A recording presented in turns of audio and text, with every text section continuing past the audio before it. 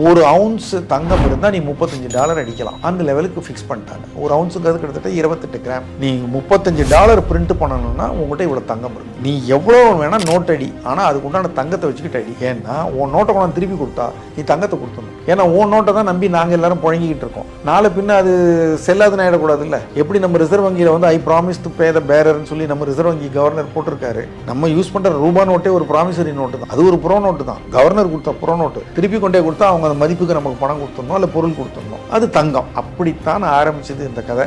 அப்போ $US king ஆயிடுச்சு எல்லா நாடுகளும். அந்த டாலர் வந்து அமெரிக்காவில் மட்டும் பயன்படுத்தப்படுறது. பெரும்பாலும் இந்திய ரூபாய் இந்தியா தான். தான்னா கொஞ்சம் ஸ்ரீலங்கா, பங்களாதேஷ், நேபாளில் வாங்குவாங்க, நெய்பரிங் கண்ட்ரிஸ், அவ்வளோதான். ஸோ ஆனால் நீங்கள் இது மட்டும் 195 நாடு இருக்குது. எல்லா நாட்டிலையும் அநேகமாக டாலர் செல்லுபடி ஆகும். அது மட்டும் இல்லை, இப்போ உலகத்தில் வந்து ஒரு நாடு இன்னொரு நாடுக்கு விற்கிது, வாங்குது.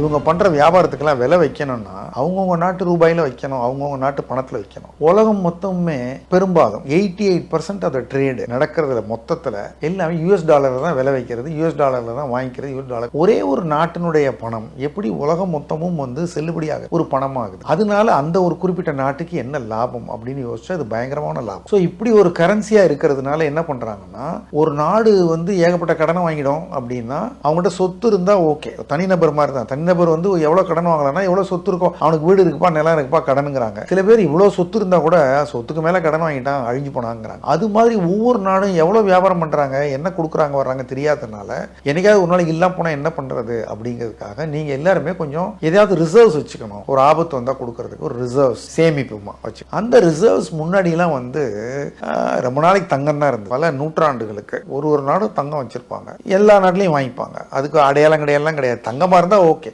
அது வந்து காலனி ஆதிக்கம் வந்த போது இவங்க இங்கிலாந்து வந்து எல்லாரையும் நாடு பிடிச்ச போது அவன் தான் கிங். அப்போ அமெரிக்கா கூட கிடையாது. 60 நாடுகளுக்கு மேலே. ஆமாம். அதனால அவனுடைய ஸ்டெர்லிங் பவுண்டு வந்து எல்லா நாட்டிலையும் செல்லும். ஸ்டெர்லிங் பவுண்ட் இருந்தால் வாங்கிப்பாங்கன்றது. அது மாறினது எப்போன்னா உலக யுத்தம் நடந்தது. 2வது யுத்தம் கிட்டத்தட்ட 6 வருஷத்துக்கு நடந்தது. இப்போ மாதிரி நியூக்ளியர் ஒரு இன்டர் கான்டினென்டல் மிசைல்ஸ் எல்லாம் இல்லாதனால தரை வழி போர், வான்வழி போர், குண்டு போட்டால் அந்த இடம் தான் பாதிக்கப்படும்.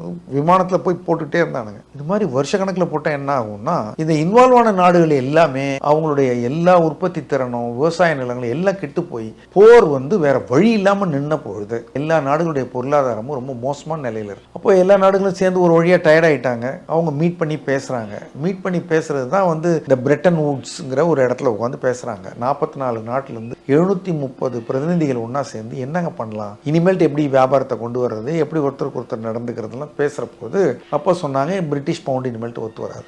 அப்போது வேறு யாருன்னா அதிக அடிவாங்காத கண்ட்ரியாக இருந்தது US. நல்ல பெரிய பொருளாதாரம், ரொம்ப பாதிப்புக்கு உள்ளாகலை. உங்கள் டாலரை வச்சுக்கலாம். உங்கள் டாலரை கொடுத்தா இன்னொருத்தர் வாங்கிக்கலாம்.